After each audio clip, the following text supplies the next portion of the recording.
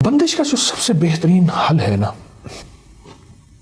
جب آپ گھر سے نکلیں، بسم اللہ توکلت علی اللہ لا حول ولا قوت الا باللہ، فرمایا حدیث میں آتا ہے، آقا کا فرمان کا مفہوم ہے، جب یہ بندہ پڑھتا ہے تو ایک عرش سے فرشتہ آواز دیتا ہے، اے پڑھنے والے تیری حمایت کی گئی، تجھے ہدایت دی گئی، تیری حفاظت کی گئی۔ 5 بول ہیں اس پڑھنے والے پہ۔ میرے پاس کتنے لوگ ایسے ہیں جو کہتے ہیں ہمارے کام نہیں بنتے، ہماری مشکلیں ہیں، ہماری پریشانیاں ہیں، ہمارے حالات ہیں، ہماری سختیاں ہیں۔ کتنے بندے ایسے ہیں؟ میں نے انہیں بتایا کہ یہ دعا پڑھیں اور سارا دن پڑھیں اور سارا دن پڑھیں اور سارا دن وضو بے وضو، حتیٰ کہ ناگے کے دن بھی ہیں تو اس کو پڑھیں۔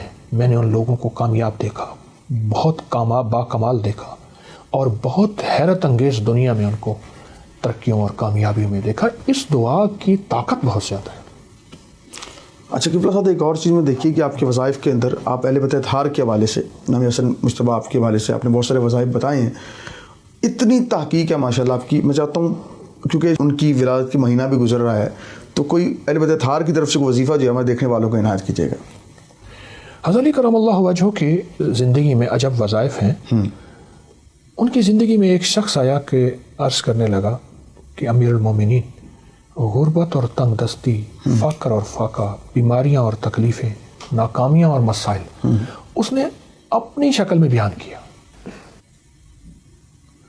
تو آپ نے فرمایا تو اپنی زندگی میں اگر مسائل کا حل چاہتا ہے، ایک دعا ہے جس میں اکثر ہم تراویح میں پڑھتے ہیں، سبحان ذی الملک والملکوت، سبحان ذی العزت والعظمت والحیبت والقدرت والجبروت، یہ دعا ہے۔ تو آپ نے صرف اسے پہلے بول دی، سبحان ذی الملک والملکوت، فرمایا اس کو پڑھ اور بہت زیادہ پڑھ۔ ایک اور موقع پہ حضرت امام زین العابدین، ان کی زندگی میں ایک شخص آیا تو عرض کیا کہ مجھے کوئی آپ دعا بتائیں۔ تو فرمایا لوگوں کو کثرت سے سلام کر، سلامتی لوٹ کے تیرے اوپر اب آئے گی، اور وہ سلامتی جب تیرے اوپر آئے گی تجھ سے بلائیں، مصیبتیں یعنی بیماریاں، دکھ، قرضے، تکلیفیں، حالات ختم ہو جائیں گے۔ قبلہ جی بتائیے گا کہ آپ کو پہلا وظیفہ کس نے اور کب دیا؟ ہماری نا محلے کی مسجد تھی، اندرون شہر کے ہم رہنے والے، محلے کی مسجد میں ایک بابا جی آتے تھے، ان کا نام تھا تایا جی احمد حسن، ٹھیک ہے، رانے تھے، بڑے جذباتی بابے تھے، جلالی بابے تھے، بڑے درویش تھے، میرے محسن ہیں، آج بھی ان کی اولاد ملتی ہے میری نظریں جھک جاتی ہیں، ان کی خدمت کرتا ہوں۔ تایا جی نے مجھے وہاں صبح آ کے نا وہ ایک کتاب پڑھتے تھے اور اس میں سے اچھی اچھی باتیں بتاتے تھے۔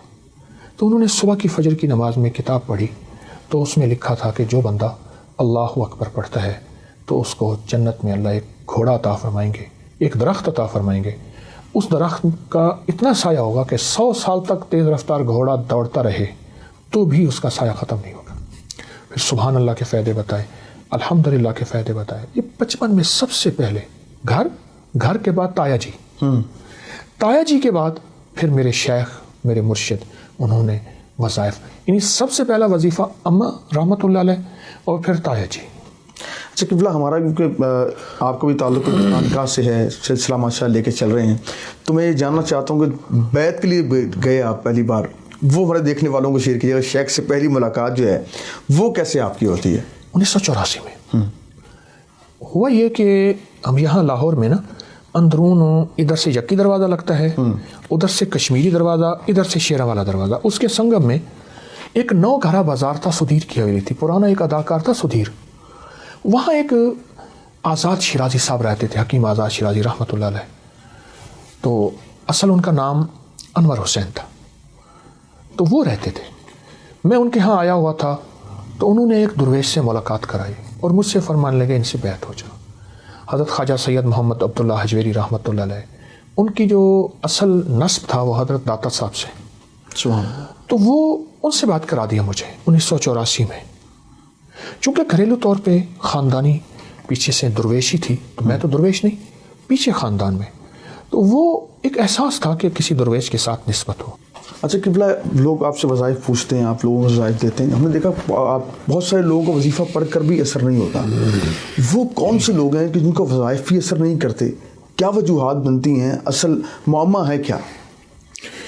ہم وظیفے پڑھتے نہیں ہیں، اصل میں ایک ہے وظیفے پڑھنا، ایک ہے مانگنا. صحیح. میں اکثر کہتا ہوں کہ اللہ سے اگر مانگنا سیکھنا ہے تو چوراہوں میں چلے جائیں، یہ جو پیشہ ور مانگنے والے ہیں نا، ان سے سیکھیں. ان کی آنکھیں سنبھالی، ان کے بول سنبھالی، ان کے لباس سنبھالی، ان کے ہاتھ سنبھالی، ان کے جذبے سنبھالی، ان کی چال سنبھالی. حالانکہ وہ کوئی مستحق نہیں ہوتے. اصل تو ان کو دینا چاہیے جو سوال نہیں کرتے. وہ ڈھونڈنا ہمیں چاہیے. تو ہم وظیفے پڑھتے ہیں.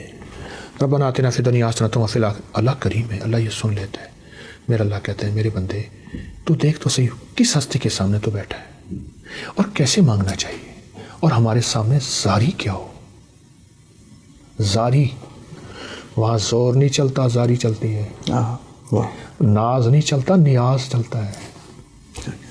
ہاں، تو ہم تو مانگتے ہیں نہیں، ہم تو پڑھتے ہیں. وہ شہنشاہ ہے، وہ پڑھنے کو قبول کر لیتا ہے، لیکن شہنشاہ کہتا ہے تو میری شان کے مطابق میری قریب آ، میری شان کے مطابق. اس لیے قرآن میں اللہ نے بندوں سے شکوہ کیا ہے، وما قدر اللہ حق قدرہ. لوگوں تم نے میری قدر نہ کی، قدر کا حق ادا نہ کیا. تو ہم وظیفے گڑ گڑا کے پڑھیں، بھکاری بن کے پڑھیں، محتاج بن کے پڑھیں. اور ہر وظیفے کے بعد اگر ہم استغفار کر لیں، اے اللہ کوئی میرا گناہ، میری کوئی خطا جس کی وجہ سے میری وظیفے دعائیں قبول نہیں ہوتی، تو اپنی رحمت سے معاف کر دے، قبول کر لے. ایک درویش تھے، نماز کے بعد دونوں ہاتھ ایسے منہ پہ رکھ لیتے تھے. تو کسی نے پوچھا کیوں رکھتے ہیں؟ فرمایا مجھے خطرہ ہے میری نماز میرے منہ پہ نہ مار دی جائے. اللہ. تو وظیفوں کے بعد استغفار کر لیں. وظیفوں سے پہلے درود پاک پڑھ لیں. صحیح. درود قبولیت، استغفار محبوبیت اور مقبولیت. واہ.